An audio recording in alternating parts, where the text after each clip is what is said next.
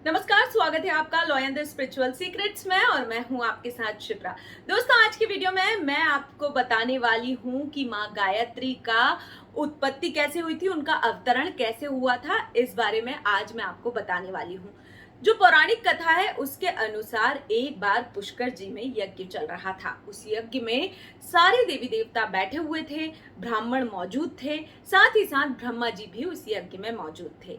जब यज्ञ चल रहा था उस समय ब्राह्मणों ने ब्रह्मा जी से कहा कि यज्ञ में ब्रह्मा जी आप सहपत्नी के साथ बैठिए। ये सुनकर ब्रह्मा जी अपनी पत्नी सरस्वती जी के पास गए और उनसे कहा कि सरस्वती जी आप साथ में चलिए, हमें यज्ञ में बैठना है।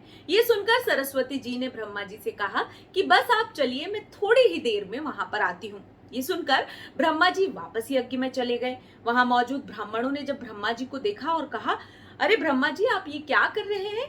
जो मुहूर्त है, शुभ मुहूर्त है, वो निकला जा रहा है, आपको यज्ञ में बैठना है। ये सुनकर फिर ब्रह्मा जी सरस्वती जी के पास गए और उनसे कहा कि मुहूर्त निकला जा रहा है, आप जल्दी चलिए। तब सरस्वती जी उनसे कहती है कि बस आप चलिए, मैं कुछ ही समय में आती हूँ। ये सुनकर वापस से ब्रह्मा जी वहां यज्ञ में पहुंच गए। ब्राह्मणों ने देखा, ब्राह्मण बहुत चिंतित हुए और उन्होंने भगवान से कहा, भगवान ब्रह्मा से कहा कि मुहूर्त जो शुभ है वो तो निकल जाएगा ऐसे में। तो ब्रह्मा जी ने कहा कि ब्राह्मण अब आप ही मुझे बताइए कि मुझे क्या करना चाहिए। ये सुनकर ब्राह्मण ब्राह्मण वहां पर ऋषि मुनि जो बैठे हुए थे वो एक गाय को ब्रह्मा जी के समक्ष ले आए और वेद ध्वनि शुरू कर दी। जब उन्होंने वेद मंत्रों का जाप किया, वेद मंत्रों की ध्वनि शुरू कर दी, तो उससे गौ माता के मुख से गायत्री माता प्रकट हुई। इस प्रकार से गायत्री माँ प्रकट हुई। फिर वहां जितने भी ब्राह्मण बैठे थे उन्होंने ब्रह्मा जी के साथ माँ गायत्री का गठजोड़ा करके उन्हें यज्ञ में बैठा दिया।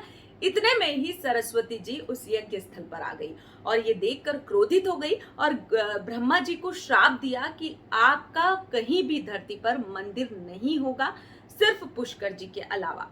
तो आप देख सकते हैं कि ब्रह्मा जी का कहीं पर भी कोई मंदिर नहीं है, सिर्फ पुष्कर जी के अलावा। इस तरह से माँ गायत्री की उत्पत्ति हुई और जो गायत्री मंत्र है, जब वेदों का जाप चला, वेदों की ध्वनि हुई, तब ब्रह्मा जी के चारों मुखों से गायत्री मंत्र बाहर आया।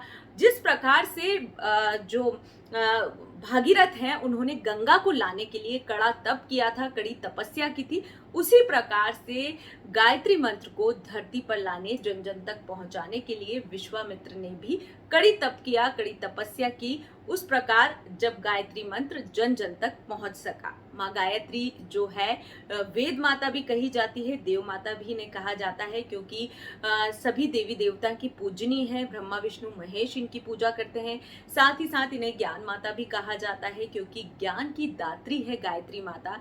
इसके अलावा जो हिंदू धर्म है उसकी दात्री भी गायत्री माता को कहा जाता है।